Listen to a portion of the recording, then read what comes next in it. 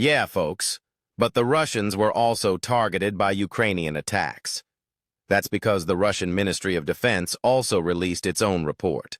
Well, according to the Russians, Ukrainian forces have adapted their tactics and are now deploying sabotage and reconnaissance groups instead of large-scale counterattacks. Alexei Verikhagan, commander of the Volunteer Reconnaissance Assault Brigade of Grand Duke Alexander Nevsky, said, quote, "Last week, an enemy group of 4 soldiers tried to breach our defenses and engaged with our troops. Part of the group was neutralized in direct combat with small arms, while the remaining militants were eliminated by our skilled drone operators using FPV quadcopters to launch munitions and eliminate the threat." They stated in the report that various battle groups destroyed 3 tanks and more than a dozen armored vehicles, including the U.S.-made M113 and HMMWV.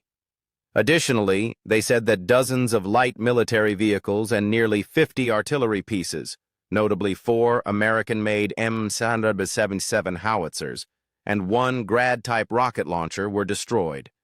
They also mentioned destroying radars and electronic warfare stations. Yeah, folks, but the Russians were also targeted by Ukrainian attacks.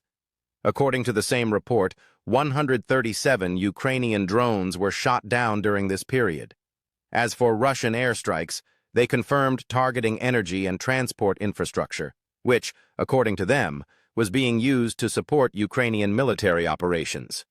Well, my friends, now let's turn to diplomacy. Because the potential summit between Trump and Putin in Budapest, Hungary, is causing major unrest in Europe. And Poland, which holds one of the toughest stances against Russia, decided to apply pressure.